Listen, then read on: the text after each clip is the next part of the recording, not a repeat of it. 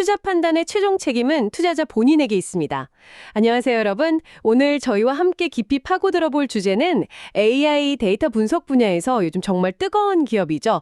팔란티어 테크놀로지스, 티커 PLTR입니다. 네, 안녕하십니까. 팔란티어, 최근에 실적 발표하고 나서 시장의 관심이 정말 대단했죠. 맞아요. 실적 자체는 정말 놀라웠는데 또 동시에 이거 너무 비싼 거 아니냐, 거품 아니냐 이런 논란도 엄청나게 뜨겁습니다. 정말 극과 극의 평가가 공존하는 것 같아요. 그렇죠. 한쪽에서는 혁신적인 기술력, 앞으로의 성장 가능성 이런 거에 열광하는데 또 다른 한쪽에서는 지금 이 가격이 과연 합리적인가, 계속 갈 수 있을까 이런 의문을 강하게 제기하고 있죠. 네, 그래서 오늘 이 시간에는 여러분께서 보내주신 여러 기사나 분석 자료들을 좀 종합해서요. 팔란티어의 정말 눈부신 사업 성과, 그리고 현재 시장에서 평가받는 이 높은 주식 가치, 이 둘 사이에 어떤 이야기가 숨어 있는지 좀 깊숙이 들여다보려고 합니다. 네, 좋습니다. 팔란티어가 가진 핵심 경쟁력이 뭐고 또 시장을 왜 이렇게까지 높은 가치를 매기고 있는지, 그리고 제일 중요한 건 투자자 입장에서 이 상황을 어떻게 해석하고 접근해야 할지 그런 부분들을 좀 중점적으로 이야기 나눠보면 좋을 것 같습니다. 맞습니다. 핵심만 쏙쏙 뽑아서 명확하게 정리해드리는 것을 목표로 한번 차근차근 풀어가 보도록 하죠. 자, 그럼 시작해 볼까요? 네. 우선 팔란티어의 사업 성과, 그러니까 펀더멘탈부터 좀 짚어봐야 할 것 같아요. 최근 발표된 2025년 2분기 실적이 그야말로 기록적이라는 말밖에는 다른 표현이 잘 떠오르지 않을 정도였어요. 네, 정말 그랬습니다. 숫자들이 그 자체로 스토리를 말해주고 있다고 해도 과언이 아니었죠. 그렇죠. 일단 2분기 매출이 처음으로 분기 매출 10억 달러를 넘었어요. 이게 전년 동기 대비해서 무려 48%나 급증한 수치라고 하더라고요. 48%요? 이 상당한 규모를 가진 기업이 거의 50%에 육박하는 성장을 보였다는 거잖아요. 네, 맞아요. 이게 사실 쉬운 일이 아니죠. 보통 기업 규모가 커지면 성장률은 좀 둔화되기 마련인데 팔란티어는 그런 일반적인 상식을 좀 깨는 모습을 보여준 것 같아요. 네, 48%라는 성장률 자체도 정말 인상적인데 제가 더 주목했던 부분은 이 성장을 하면서 동시에 달성한 수익성입니다. 이게 정말 놀라운 부분이에요. 아, 수익성이요? 어떤 점에서 놀라웠나요? 보통 이 정도 속도로 빠르게 성장하는 기술 기업들을 보면요. 성장을 위해서 계속 재투자를 해야 하니까 이익을 내기 어렵거나 심지어는 상당한 적자를 보는 경우도 많거든요. 네, 그렇죠. 미래를 위한 투자다. 이런 명분으로요. 맞습니다. 그런데 팔란티어는 이번 2분기에 조정 영업이익률 기준으로 46%를 기록했어요. 46%요? 잠깐만요. 매출의 거의 절반 가까이를 이익으로 남겼다는 건가요? 네, 조정 기준이긴 하지만 그렇습니다. 이게 어느 정도 수준이냐면 업계에서도 정말 최고 수준의 수익성이라고 볼 수 있습니다. 성장과 수익, 이 두 마리 토끼를 다 잡은 거죠. 와, 48% 성장률에 46% 조정 영업이익률이라 이건 정말 이례적인 성과라고밖에 할 말이 없네요. 근데 아주 살짝 마음에 걸리는 건 조정된 이익률이라는 점인데요. 이게 혹시 주식 기반 보상, SBC처럼 실제 현금 흐름하고는 좀 거리가 있는 비용들을 대거 제외해서 좀 부풀려진 수치는 아닐까? 이런 걱정도 살짝 들거든요. 투자자들이 좀 주의 깊게 봐야 할 함정 같은 건 없을까요? 네. 정말 좋은 지적이십니다.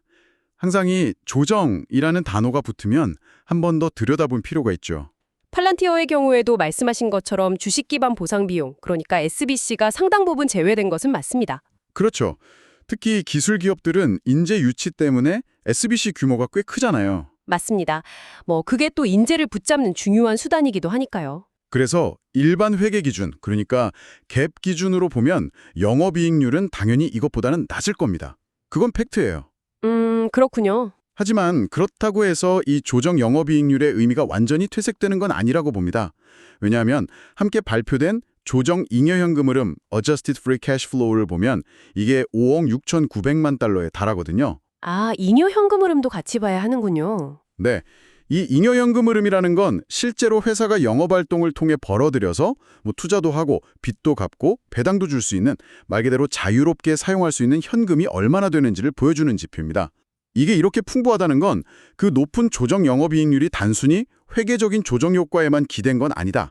실제 현금 창출 능력도 뛰어나다는 걸 뒷받침해 주는 거죠. 아하, 그러니까 회계상 이익뿐만 아니라 실제 회사 금고에 쌓이는 현금도 많다는 거군요. 조정된 수치라는 점을 감안하더라도 전반적인 수익성 개선 추세는 분명하다. 이렇게 해석할 수 있겠네요. 네, 저는 그렇게 보고 있습니다. 단순히 숫자를 예쁘게 보이려고 만든 게 아니라 실제로 기업의 체력이 좋아지고 있다는 신호로 읽을 수 있다는 거죠. 알겠습니다. 그럼 이런 강력한 실적, 그러니까 높은 성장과 뛰어난 현금 창출 능력, 이 두 가지를 가능하게 한 원동력은 구체적으로 뭐라고 봐야 할까요? 그 CEO인 알렉스 카프도 회사 역사상 가장 높은 분기별 순차 매출 성장을 전망한다. 이렇게 엄청난 자신감을 보이기도 했는데요. 네, 그 핵심 동력은 역시 팔란티어의 AI 플랫폼, AIP, Artificial Intelligence 플랫폼이라고 봐야 할 것 같습니다. AIP요? 네, 많이 들어봤습니다. 이게 구체적으로 어떤 역할을 하는 건가요? 좀 쉽게 설명해 주실 수 있을까요? 쉽게 말하자면요. 기업이나 정부기관이 가지고 있는 엄청나게 방대하고 또 복잡하게 얽혀있는 데이터들 있잖아요. 그걸 일단 한 곳에 모으고요. 그 다음엔 AI를 이용해서 그 데이터 속에서 뭔가 의미 있는 패턴을 찾아내거나 미래를 예측하는 거죠. 그리고 최종적으로는 이걸 바탕으로 조직이 더 빠르고 더 정확한 의사결정을 내릴 수 있도록 도와주는 뭐랄까 데이터 분석과 활용을 위한 운영체제, OS 같은 역할을 한다고 보시면 될 것 같아요. 데이터계의 윈도우나 맥 OS 같은 거군요. 여기저기 흩어져 있는 정보를 모아서 AI로 분석하고 그걸로 똑똑한 결정을 내리게 돕는다. 네, 비유하자면 그렇습니다. 과거에는 주로 정부, 특히 국방 분야나 정보기관들과의 좀 비밀스러운 프로젝트에 많이 활용된다. 이런 이미지가 굉장히 강했죠? 약간 베일에 쌓인 개업 같은 느낌? 맞아요. 영화에도 나오고 그랬잖아요. 약간 어둡고 비밀스럽고. 그렇죠. 그런데 최근 몇 년 사이에 특히 이 AIP를 본격적으로 출시한 이후에는 민간 기업 시장을 아주 적극적으로 공략하기 시작하면서 상황이 좀 많이 달라졌습니다. 아, 정부 시장뿐만 아니라 민간 기업 시장으로도 영역을 넓히고 있다고요? 이 미국 내 상업 부문, 그러니까 US 커머셜 분야에서의 폭발적인 성장입니다. 이게 정말 중요해요. 미국 상업 부문이요. 얼마나 성장했는데요? 구체적인 성장률 수치가 이번 발표에서 하이라이트 중 하나였죠. 이게 왜 중요하냐면 제조업, 금융, 헬스케어처럼 정말 방대하고 복잡한 데이터를 효율적으로 활용해야 하는 모든 산업 분야에서 팔란티어의 AIP가 그 가치를 인정받기 시작했다는 뜻이거든요. 아, 그러니까 기존의 정부 고객뿐만 아니라 이제는 일반 기업들도 팔란티어 기술의 필요성을 느끼고 실제로 도입하기 시작했다는 증거로 볼 수 있겠군요. 정확합니다. 단순히 기술이 좋더라 수준이 아니라 실제로 기업들이 겪고 있는 복잡한 문제들을 해결해주는 능력을 시장에서 입증하고 있다는 거죠. 그러면서 자연스럽게 과거의 그 정부 매출 의존도를 낮추고 민간 시장으로 사업 기반을 성공적으로 넓혀가고 있다는 아주 명백한 증거라고 할 수 있습니다. 펀더멘털 측면에서 보면 정말 긍정적인 변화네요. 정부라는 안정적인 고객 기반에 더해서 민간 시장이라는 훨씬 더 큰 성장 잠재력을 가진 엔진을 추가로 장착한 셈이니까요. 네, 맞습니다. 그래서 펀더멘털만 딱 놓고 보면 흠잡을 데를 찾기가 어렵다. 앞으로 더 성장할 수 있겠구나. 이런 기대감이 커질 수밖에 없는 상황인 거죠. 네, 정말 펀더멘털 측면에서는 박수를 쳐줄 만한 성과임이 분명해 보입니다. 그런데 말이죠. 딱 여기서부터 시장 참여자들의 고민이 깊어지는 것 같아요. 이렇게 기업 자체는 정말 뛰어난데 왜 이렇게 고평가 논란이 끊이지 않는 걸까요? 현재 주가가 도대체 어느 정도 수준이길래 이런 우려가 계속 나오는 건지 좀 구체적으로 알고 싶습니다. 네, 바로 그 지점이 현재 팔란티어 투자를 둘러싼 가장 큰 딜레마이자 쟁점이라고 할 수 있습니다. 그러니까 기업 자체의 우수성은 다들 어느 정도 인정하는데 과연 현재 주가가 그 가치를 적절히 반영하고 있느냐, 아니 혹시 너무 앞서 나간 건 아니냐, 이 질문인 거죠. 네네. 이걸 좀 객관적으로 보려면 몇 가지 핵심적인 밸류에이션 지표들을 좀 살펴볼 필요가 있습니다. 우선 가장 많이 언급되는 것 중 하나가 선행 주가 매출 비율, 영어로는 Forward PS Ratio라고 하죠. Forward PS요. 네. 미래 예상 매출 대비 시가총액 비율 말씀이시죠? 맞습니다. 앞으로 12개월 동안 벌어들일 것으로 예상되는 매출액 대비해서 현재 시가총액이 몇 배나 되는지를 보여주는 지표인데요. 팔란티어의 경우 최근에 실적 발표하면서 연간 매출 전망치를 상향 조정했잖아요. 대략 한 41억 4천만 달러 정도로요. 네, 그렇죠. 가이던스를 올렸죠. 그리고 현재 팔란티어의 시가총액이 약 4,300억 달러 정도 됩니다.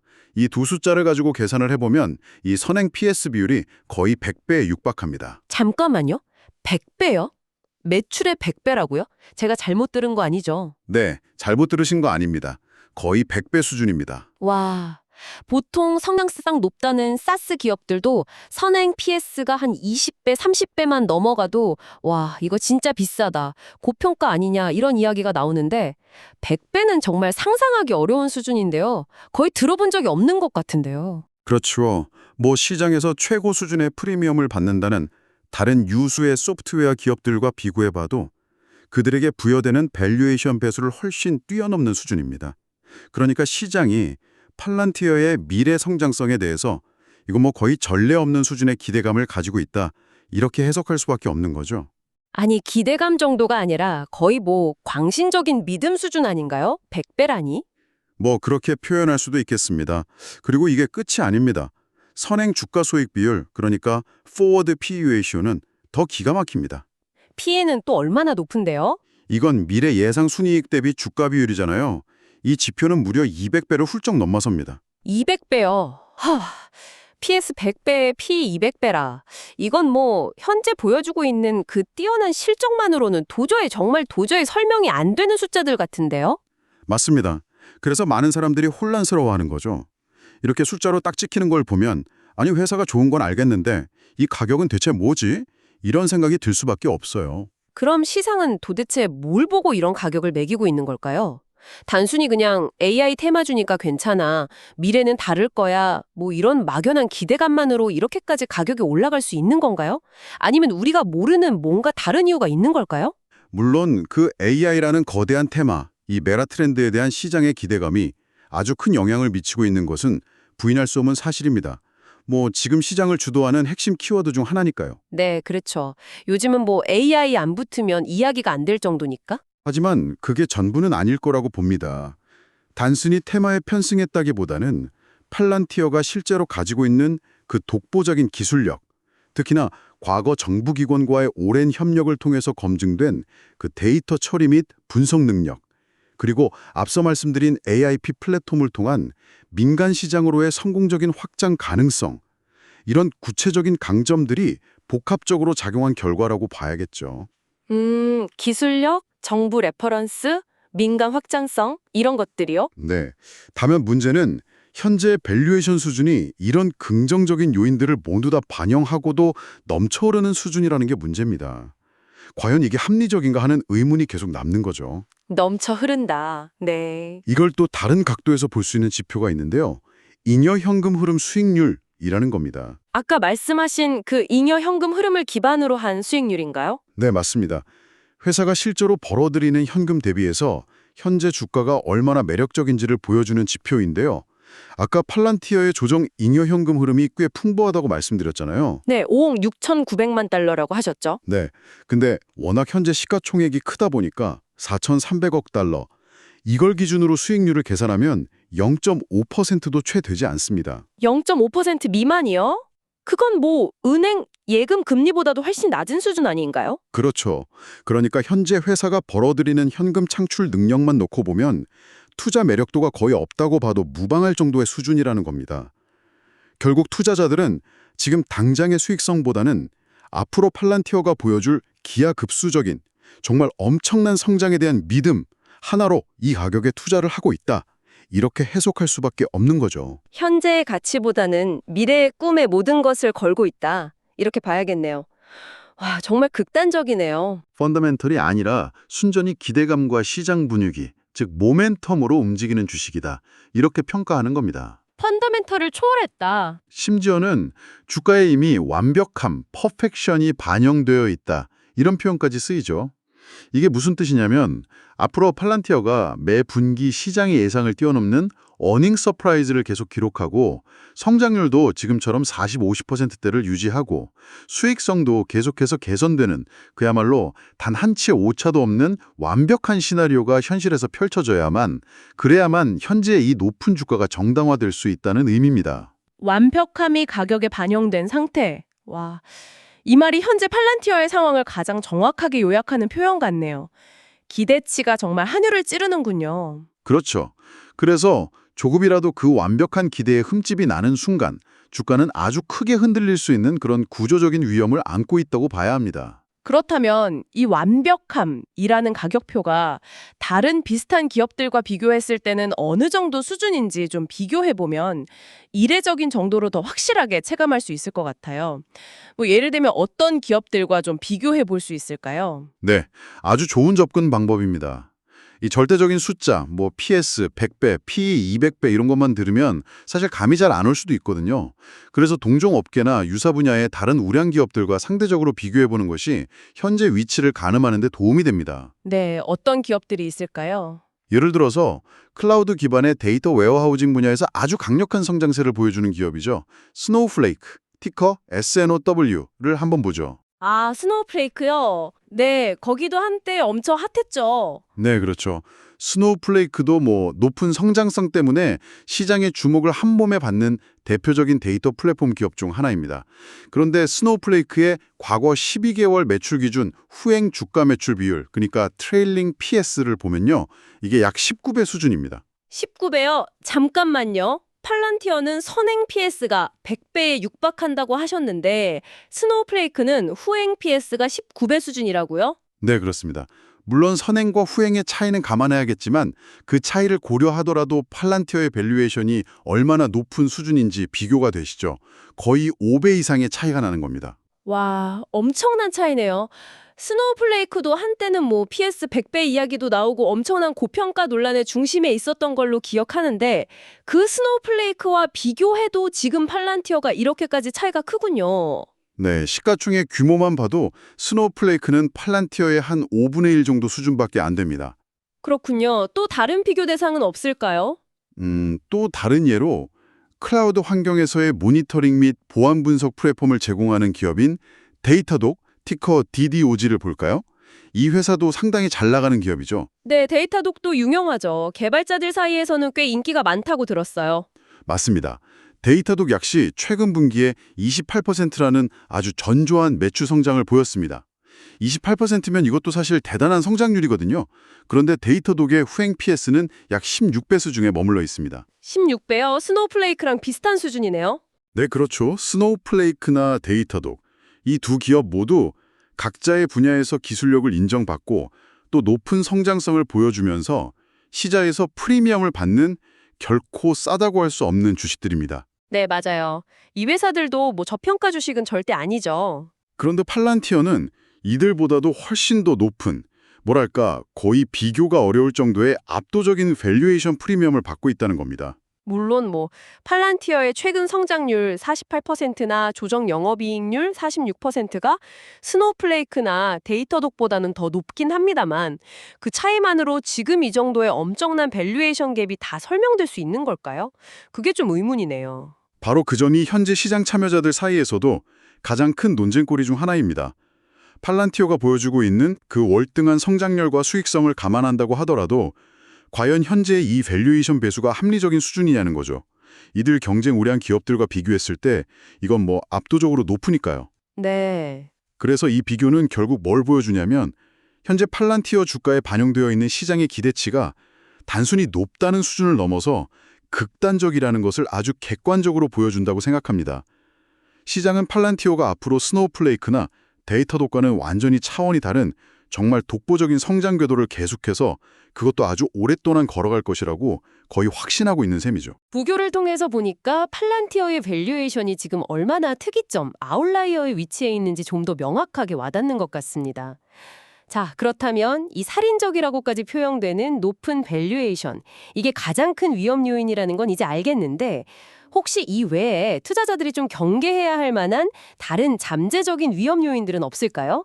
특히나 이 높은 밸류에이션과 결합되었을 때 그 충격이 더 커질 수 있는 그런 종류의 위험 요인들 말입니다. 물론 있습니다. 그리고 정확히 지적해 주셨는데 현재처럼 밸류에이션이 이렇게 극단적으로 높은 상황에서는 다른 사소해 보일 수 있는 위험 요인들조차도 그 파급력이 훨씬 더 커질 수 있다는 점을 명심해야 합니다. 어떤 것들이 있을까요? 몇 가지 중요한 점들을 좀 짚어보겠습니다. 첫 번째는 앞에서 계속 반복해서 말씀드렸던 기대치 미충족 리스크입니다. 이건 아무리 강조해도 지나치지 않아요. 현재 주가는 미래에 대한 완벽한 기대를 기반으로 쌓아 올려진 탑과 같다고 했잖아요. 네, 퍼펙션이 가격에 반영되어 있다고요? 그렇죠.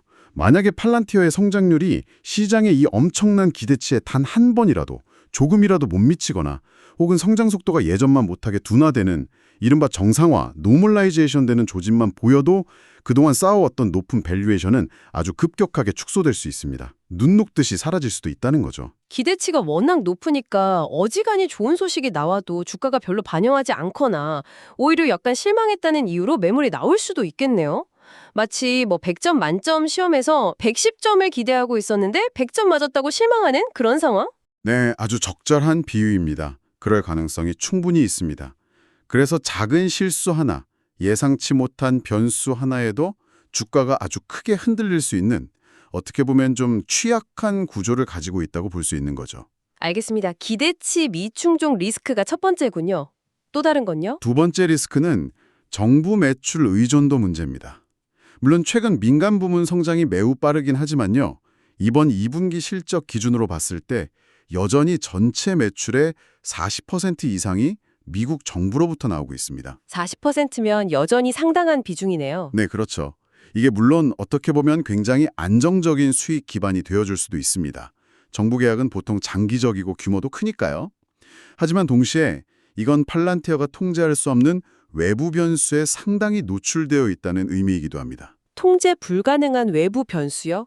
예를 들면 어떤 걸까요? 예를 들면 정부의 예산 편성 주기라던가 계약 발주 및 조달 시기가 예상보다 지연된다던가 혹은 정권이 바뀌거나 정치적인 우선순위가 변화하면서 관련 예산이 삭감된다던가 하는 것들이죠. 이런 요인들은 팔란티어가 아무리 잘해도 예측하거나 통제하기가 어렵습니다. 아, 그렇군요. 회사 내부의 문제가 아니라 외부적인 요인에 의해서 실적이 영향을 받을 수 있다는 거네요. 맞습니다. 민간 부문 성장이 아무리 빠르다고 해도 여전히 상당한 비중을 차지하는 이 정부 계약 쪽에 예상치 못한 차질이 생긴다면 전체 실적의 변동성이 커질 수 있겠죠.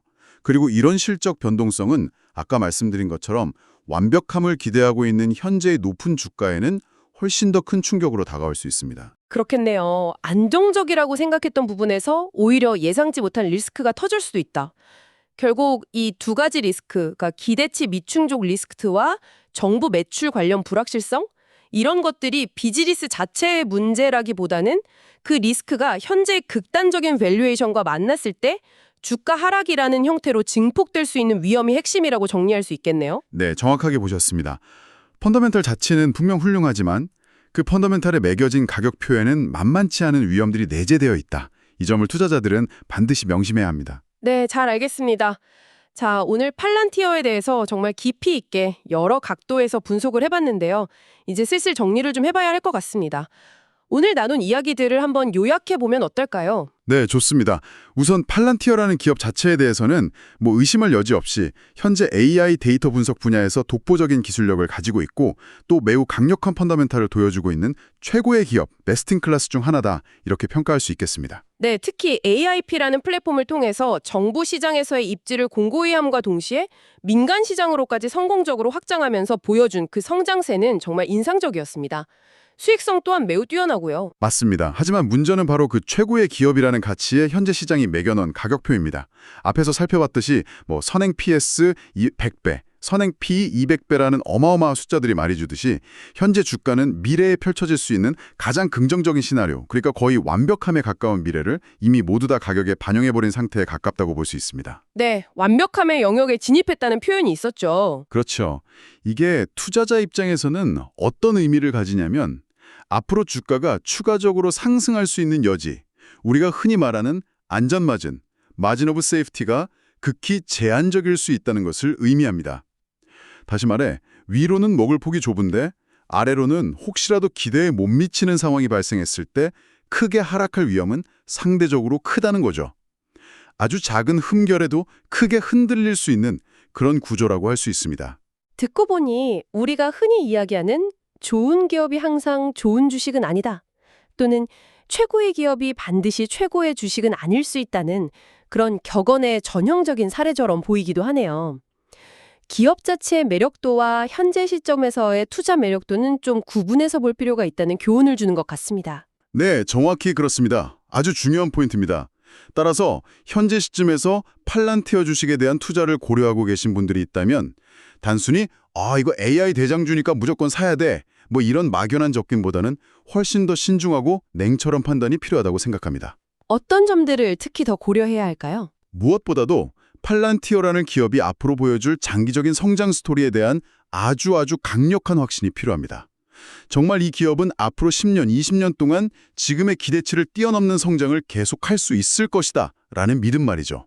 그리고 동시에 앞으로 필연적으로 수반될 수밖에 없는 높은 주가 변동성을 충분히 견뎌낼 수 있는 인내심과 그 위험을 감수할 수 있는 능력, 이 두 가지가 필수적이라고 봅니다. 단기적인 시세 차익을 노리는 투자보다는 정말 장기적인 관점에서 기업의 본질적인 가치를 믿고 오랜 기간 동행할 수 있는 그런 투자자에게 더 적합한 주식일 수도 있겠다는 생각도 듭니다. 네, 저도 그렇게 생각합니다. 짧게 보고 들어갔다가는 그 변동성에 크게 상처를 입을 수도 있겠죠. 네. 자, 오늘 저희가 다양한 자료들을 통해서 팔란티어라는 기업의 밝은 면과 또 동시에 내재된 위험 요인들, 즉 빛과 그림자를 함께 살펴보았습니다. 저희가 제시해드린 분석과 여러 가지 질문들을 바탕으로 해서 이제는 방송을 듣고 계신 여러분 스스로가 한 번 더 깊이 고민해 보시는 과정이 중요할 것 같습니다. 맞습니다. 저희가 정답을 제시해드리는 것은 아니니까요. 그렇죠. 예를 들면 이런 질문들을 스스로에게 던져볼 수 있을 것 같아요. 현재 팔란티어가 받고 있는 이 극단적인 밸류에이션을 정당화하려면 구체적으로 앞으로 몇 년 동안 어느 정도 수준의 매출 성장률과 이 개선을 계속해서 보여줘야만 할까? 한번 계산을 해보는 거죠. 네, 좋은 질문입니다. 또 이런 질문도 가능하겠죠. 현재 팔란티어 주가에 붙어있는 이 엄청난 프리미엄은 과연 AI라는 시장 전체에 대한 기대감 때문일까? 아니면 팔란티어만이 가지고 있는 독보적인 기술력과 실행력 덕분일까? 만약 둘 다라면 그 비중은 각각 어느 정도라고 생각하는가? 이런 근본적인 질문도 던져볼 수 있습니다. 더 나아가서 좀 더 실질적인 고민도 필요할 것 같습니다. 예를 들어 만약에 정말로 성장세가 시장 기대만큼 나오지 않고 둔화된다면, 그래서 밸류에이션이 축소된다면 주가는 과연 어느 수준까지 하락할 가능성이 있을까? 예를 들어 아까 비교했던 스노우플레이크나 데이터독 수준의 밸류에이션까지 내려갈 수도 있을까? 그렇죠. 최악의 시나리오도 한번 가정해 보는 거죠. 또는 만약 정부 계약 관련 불확실성이 현실화되어서 실적이 예상보다 안 좋게 나올 경우 내 전체 투자 포트폴리오에는 어느 정도의 영향을 미치게 될까와 같이 잠재적인 위험 시나리오를 좀 더 구체적으로 그려보고 그것이 자신의 투자 원칙이나 위험 감수 능력과 부합하는지를 냉정하게 판단해보는 과정이 반드시 필요하다고 생각합니다. 네, 맞습니다. 이렇게 스스로 질문하고 또 답을 찾아가는 과정을 통해서 단순히 저희가 드리는 정보를 수동적으로 얻는 것을 넘어서서 여러분 각자의 투자 철학을 더욱 단단하게 다져나갈 수 있을 거라고 믿습니다. 네, 그런 과정이야말로 진정한 의미의 자기주도 학습이자 성공 투자로 가는 길이 아닐까 싶습니다. 오늘 팔란티어에 대한 깊이 있는 분석 도움이 되셨기를 바랍니다. 항상 여러분의 성공 투자를 기원합니다. 내용이 좋으셨다면 구독, 좋아요 부탁합니다.